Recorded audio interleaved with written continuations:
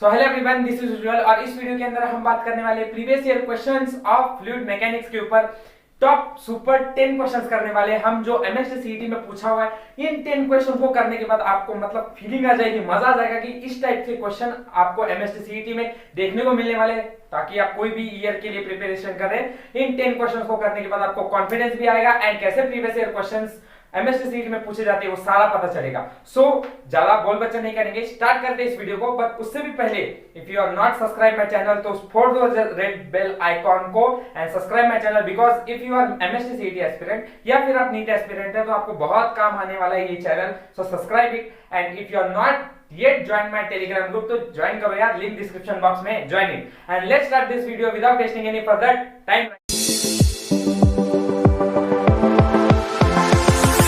Start करते हैं। First question क्या पूछा हुआ है, what would be the absolute pressure at depth 1 kilometer below the ocean? क्या होगा pressure, what would be the absolute pressure. ठीक है, एब्सोल्यूट प्रेशर मतलब आपको एक कंसेप्ट पता रहना चाहिए। ऑलरेडी थ्योरी अगर देखी हुई तो बहुत काम आ जाएगा, जाके देखिए, ज्यादा नहीं, 22 से 23 मिनट का है। Absolute pressure at depth 1 kilometre below the ocean. तो एब्सोल्यूट प्रेशर बताना है आपको, और कुछ डेटा दे के रखा है, density of water g, then 1 atmospheric pressure कितना होता है एंड ऑप्शन दिया हुआ है। एमएसटी सीईटी 2020 का क्वेश्चन है। सो पहले इसके अंदर करना क्या है, अगर एब्सोल्यूट प्रेशर पूछा हुआ है एंड देखिए एमएसटी सीईटी का है तो स्ट्रेट फॉरवर्ड फार्मूले लगाने से आपका आंसर आ जाएगा।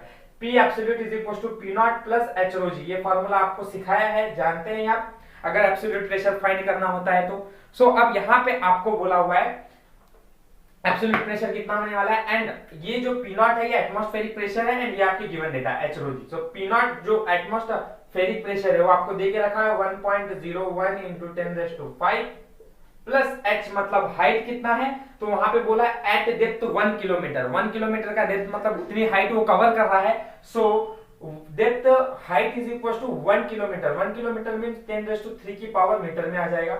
सो मैं यहाँ पे हाइट लिखूंगा 1 into 10⁻³ into h मतलब डेंसिटी कितनी देके रखी हुई है, डेंसिटी 10⁻³ की पावर दिया हुआ है एंड g इज 10।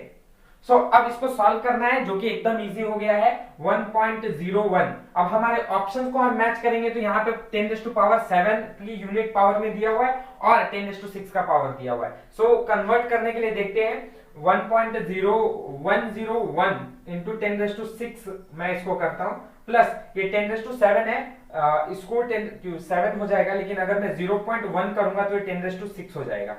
सो ऐसे अगर हम सॉल्व करने के लिए देखेंगे तो आई थिंक 10.1 into 10⁻⁶ ऐसा ऑप्शन मैच होगा। तो P एब्सोल्यूट हमारा जो मिलने वाला है वो 10.1 कहां पर ऑप्शन में है, 10.1 यहाँ पर भी है, 10.1 यहाँ पर भी है, यहाँ पर भी, यहाँ पर यूनिट देखना पड़ेगा। ये यूनिट जो है वो न्यूटन पर मीटर स्क्वायर में आएगा। सो ऐसा ऑप्शन कौन सा है, न्यूटन पर मीटर स्क्वायर, न्यूटन पर मीटर स्क्वायर। तो यही दो ऑप्शन में से कोई आने वाला है। 10.1 into 10⁻⁶ की पावर ये है, ये 7 की है। So my absolute answer is option D.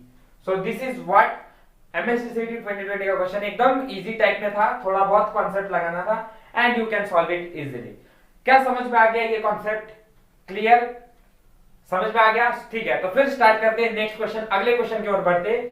सो ये रहा आपके सामने नेक्स्ट क्वेश्चन, क्वेश्चन 2। अब इसके अंदर क्या कॉन्सेप्ट लगाना है, कैसे सॉल्व करना है, ये थोड़ा आप वीडियो पॉज कीजिए और इसको सॉल्व कीजिए एंड देन इसके बाद मैं स्टार्ट करता हूं इस क्वेश्चन को।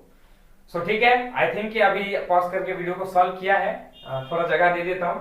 अगेन 2020 का सवाल है एमएसटी सीईटी का, कैसे सॉल्व करना है स्टार्ट करता हूं। Water flows through a horizontal pipe at a speed v। एक वाटर फ्लो हो रहा है हॉरिजॉन्टल पाइप से, स्पीड v दी हुई है उसकी, internal diameter of pipe is d, और जिस वेलोसिटी से वो बढ़ रहा है उसका इंटरनल डायमीटर कितना है, d का है। ठीक है, वेलोसिटी v है, डायमीटर d है।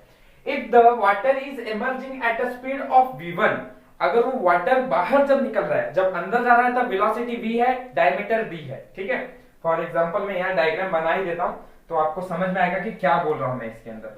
ये एक हमारे पास पाइप है एंड पाइप के यहां से वाटर जो जा रहा है वो वेलोसिटी उसकी v है एंड डायमीटर जो है वो उसका d है। ठीक है, एंड जब बाहर जा रहा है तब उसकी वेलोसिटी बोली हुई है कि v1 के वेलोसिटी से वो बाहर जा रहा है, then the diameter of nozzle. तो यहाँ जो डायमीटर है वो कितना रहने वाला है ये हमको बताना है। एग्जैक्ट क्वेश्चन तो समझ में आ गया, अब कैसे सॉल्व करना है बस उसको देखना है हमको। सो अगर इसको सॉल्व करने के लिए हम देखेंगे तो ये वेलोसिटी एंड डायमीटर ऐसा वाला कौन सा फॉर्मूला है। सो हम जानते हैं कि ऐसा तो फॉर्मूला इक्वेशन ऑफ कंटिन्यूटी का है। एंड क्या बोलता है इक्वेशन ऑफ कंटिन्यूटी का फॉर्मूला? इक्वेशन ऑफ कंटिन्यूटी बोलता है दैट जितनी भी वेलोसिटी एंड एरिया शुरुआत में होने वाला है a1 v1 will be equals to a2 v2, बराबर है इक्वेशन ऑफ कंटिन्यूटी। सो अब तो क्वेश्चन के अंदर बस अब वैल्यूज पुट करना है। यहाँ पे आप लोगों को डायमीटर के बारे में बोला है, सो एरिया का तो कोई काम नहीं है, कन्वर्ट कर देंगे हम उसको एरिया का डायमीटर का कन्वर्ट करने के लिए। So as we know area है, तो अगर वो ऑलरेडी हम इसको सॉल्व करने के लिए देखें तो ये क्या हो जाएगा पाई आर स्क्वायर, ठीक है। तो पाई आर स्क्वायर बोलूंगा मैं इसको, पाई आर स्क्वायर, ठीक है। एंड ये फर्स्ट वाले ऑब्जेक्ट का है तो मैं इसको आर बोल देता हूं, एंड वेलोसिटी v1 ही रहेगी। ये दूसरे वाले का है तो ये पाई r2 स्क्वायर इंटू v2 हो जाएगा। एंड जैसे हमको रिलेशन दिया है उस हिसाब से हम कन्वर्ट कर देंगे। तो पहले तो पाई को ऐसे ही रखो, हियर r1, लेकिन हमको डायमीटर के अंदर कन्वर्ट करना है इसको।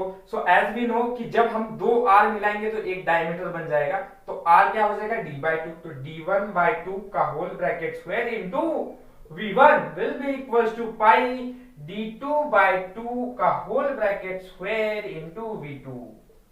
क्या यहां तक बात समझ में आ गई? स्टेप समझ में आया?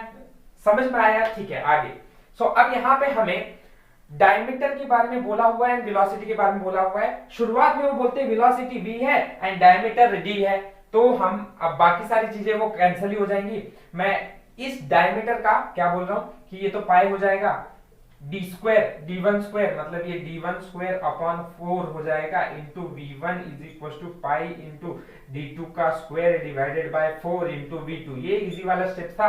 अब बस हमें क्या करना है, देखिए ये पाई ये 4 ये सारी चीजें कांस्टेंट है, कैंसिल हो जाएंगी। d1 square into v1 d2 square into v2 बच जाएगा।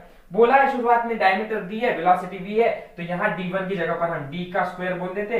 वेलोसिटी को बोला हुआ है कि वो v है, तो हम v1 की जगह पर v बोल देते, इक्वल टू डायमीटर, ये वाला डायमीटर हमें फाइंड करना है, तो इस डायमीटर वाले को हम बोल देते हैं कि ये d2 या d2 डैश बोल देते हैं, ठीक है। सो ये d2 डैश रहेगा, d स्क्वायर डैश रहेगा इंटू वेलोसिटी v2 इधर कितनी है जब बाहर जा रही है तब v1 बोला है हमने, तो हम यहाँ पे v1 लिख लेंगे।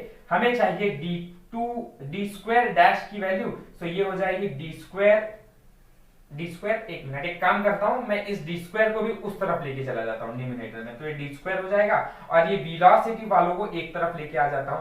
सो ये हो जाएगा v/v1 equals to d square dash upon d square.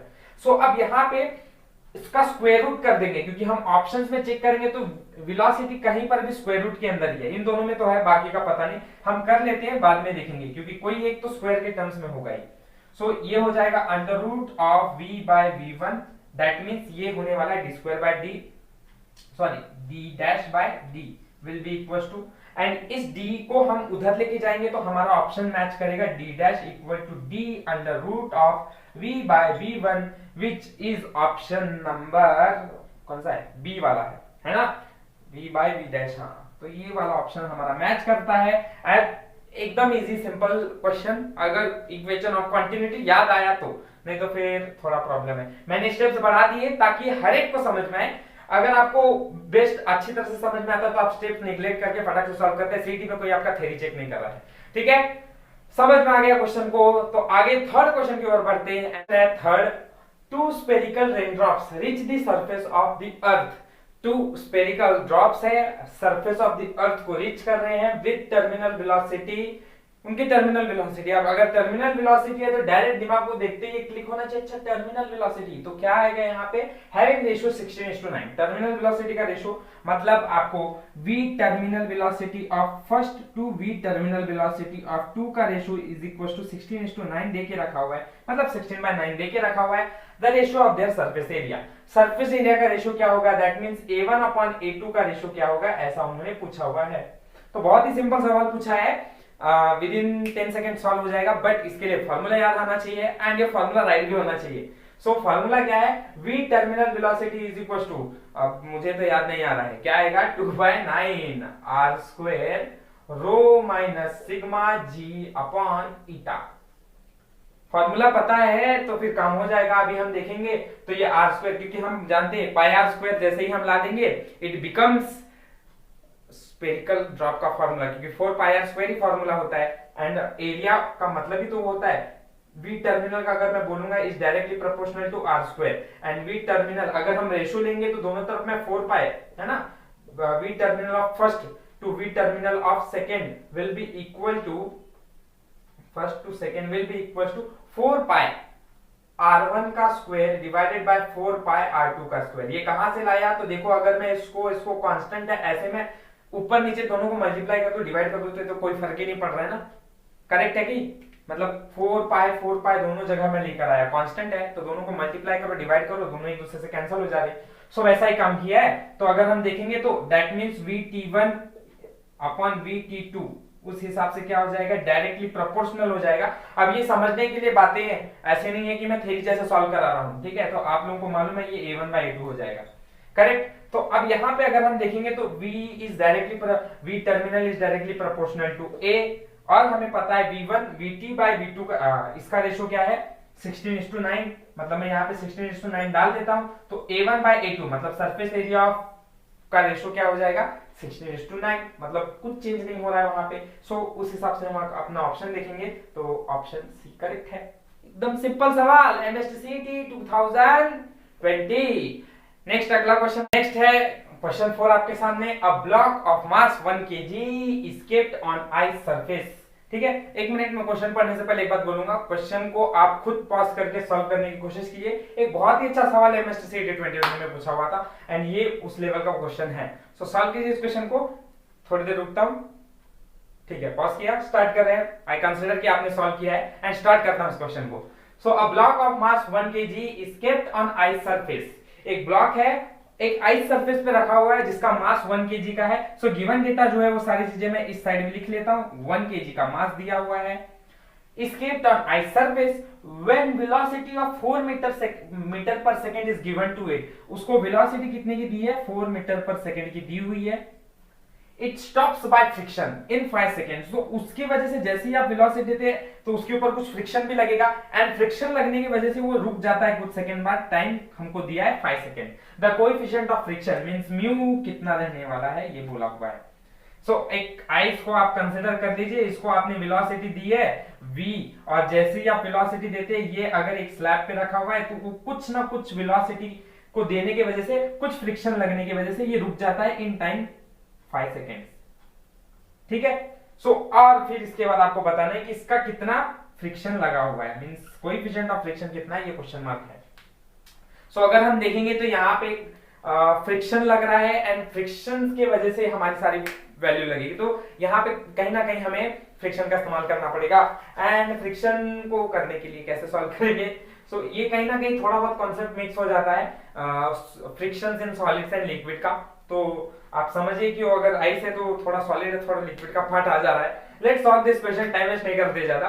Question को सॉल्व करने के लिए पहले तो आपको अगर वेलोसिटी की बात की है देन इसके बाद टाइम का बात किया हुआ है तो कहीं ना कहीं हमें एक बत्ती दिमाग में चलती है यार काइनेमेटिकल इक्वेशन तो कहीं यूज नहीं होगा ना, एंड करेक्ट यही बात तो है। जहां पर वेलोसिटी और यहाँ पे टाइम की बात की जाए वहां काइनेमेटिकल इक्वेशन इस्तेमाल हो जाते हैं। तो आपको 3 इक्वेशन पता है जो कि बहुत कॉमन है सर, ये हर जगह है, रोटेशनल डायनामिक्स में भी आ जाता है, मैकेनिक्स के अंदर भी आ जाता है, फ्लूइड मैकेनिक्स में भी है, ठीक है। थोड़ा कंट्रोल करना पड़ेगा सारा काम।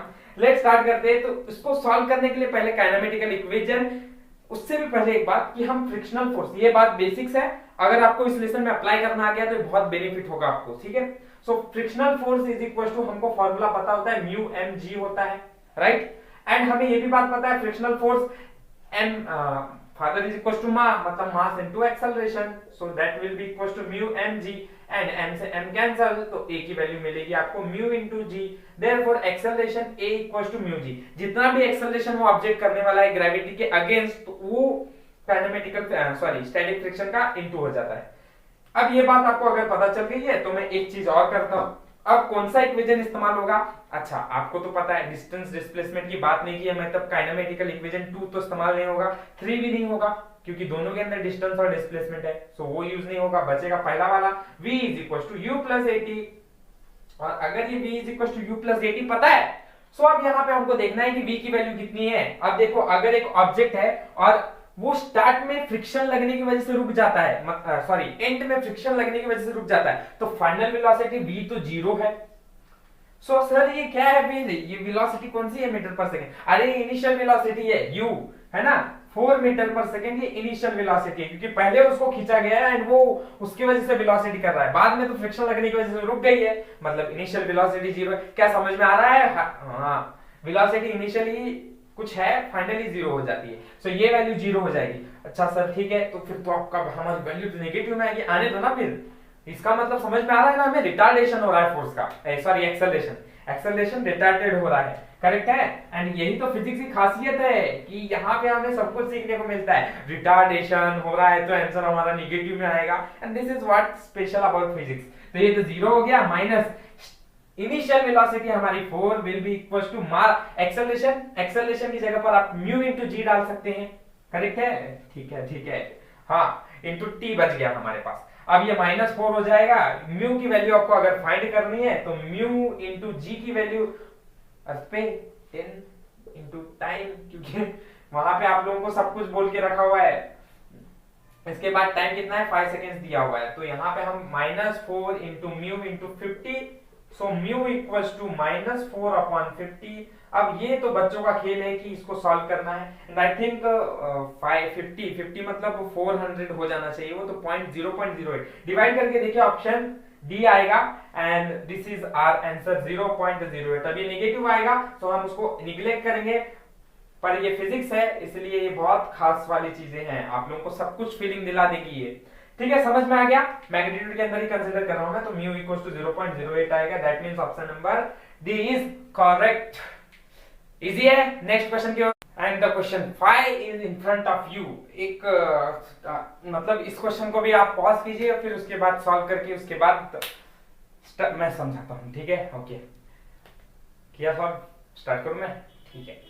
A spray pipe has a cylindrical tube। एक स्प्रे पाइप है और उसका सिलेंड्रिकल ट्यूब जैसा शेप है, उसका रेडियस r दिया हुआ है, and it has n small holes of radius r at one end, ठीक है। तो क्वेश्चन को थोड़ा समझाता हूं क्या बोला हुआ है। यहाँ पे हम एक ट्यूब कंसिडर करेंगे, ठीक है, वो सिलेंड्रिकल शेप में ऐसा उन्होंने बोला है। उसकी रेडियस शुरुआत में बोली है कि जब ये यहां से पास हो रहा है, इसका ये टोटल रेडियस जो है दिस इज r, ठीक है, this is the radius r।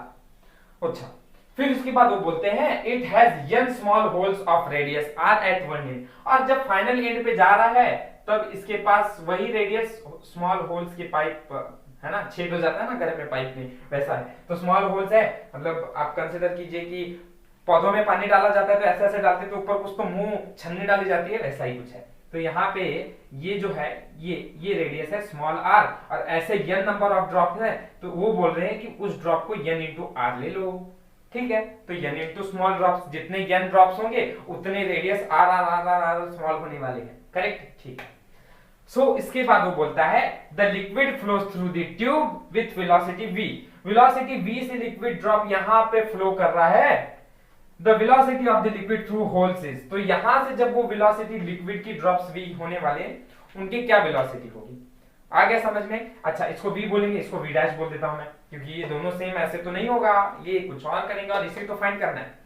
Question आसान है, यहाँ पे रेडियस r कैपिटल R है, वेलोसिटी v है, वहां पे n नंबर ऑफ ड्रॉप्स है, एंड रेडियस उन सबकी r स्मॉल r है, इसलिए स्मॉल r बोला हुआ है। तो बताओ इधर वेलोसिटी कितनी होगी जब वो स्मॉल ड्रॉप से पास हो रही है।